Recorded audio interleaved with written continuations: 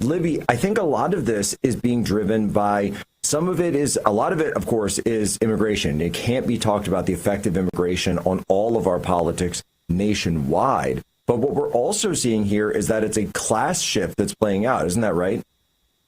Yes, that's 100% true. I lived in Bay Ridge for about 10 years, which is a section of Brooklyn that is historically an immigrant community. It was Norwegian, it was Greek, it was Italian, it was Chinese, now it's primarily Arab. And the biggest difference, I think, between previous groups of immigrants and the current groups of immigrants is that the previous groups of immigrants were interested in assimilating. When my great-grandparents came here from Naples and from Sicily and also from Norway, they were interested in becoming American. You could not say a word against America to them and have them be quiet about it. There was absolutely no way. My great-grandmother taught herself to read by reading the New York Times in the 1920s, not by watching TikTok and hearing about how Osama bin Laden is the greatest guy ever. I mean, it's just a totally different kind of cultural immersion that they're getting now. People are coming to this country and they're hearing that America sucks, and that has got to stop. That's absolutely insane.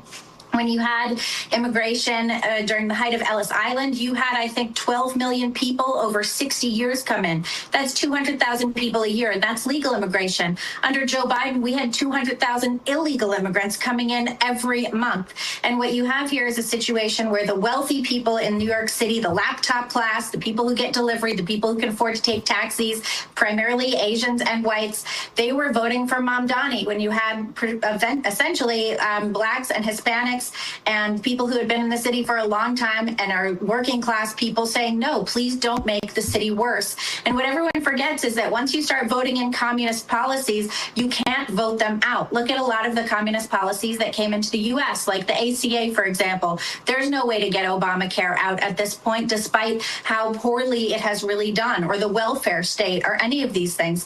And you look at Mamdani, and he is one of these laptop class people. He went to a liberal arts college, went to Bowdoin. His dad teaches anti-colonialism at Columbia University. He absolutely is not representative of the people of New York. He's representative of luxury values that have absolutely no place in reality. And the things that he wants to do to the city, he plans to do, as you said before, free buses, free child care, city-run grocery stores. He wants to replace the subway patrols with community policing. He wants all this healthcare stuff for illegal immigrants. And he also wants to take over vacant commercial spaces and turn them into health clinics. And he is opposed to the Trump administration entirely. He wants to create a legal fund a la California and Gavin Newsom to fight Trump, to fight ICE and all of this other stuff. And how's he planning to do it? He wants to take a page from Joe Biden's book and tax the 1%. He wants to tax the millionaires and the corporations that are making, lots of money. But the only problem is, as I looked up this morning, there are 345,000 millionaires in the city of New York. Now, that may seem like a lot of people, but you have to remember that the population is something like 8.5. And you also have to remember that during COVID, 400,000 people, I think, left New York City. Does he really think that 345,000 people aren't capable of picking up, taking their money bags and getting out? And then what happens? The whole thing collapses.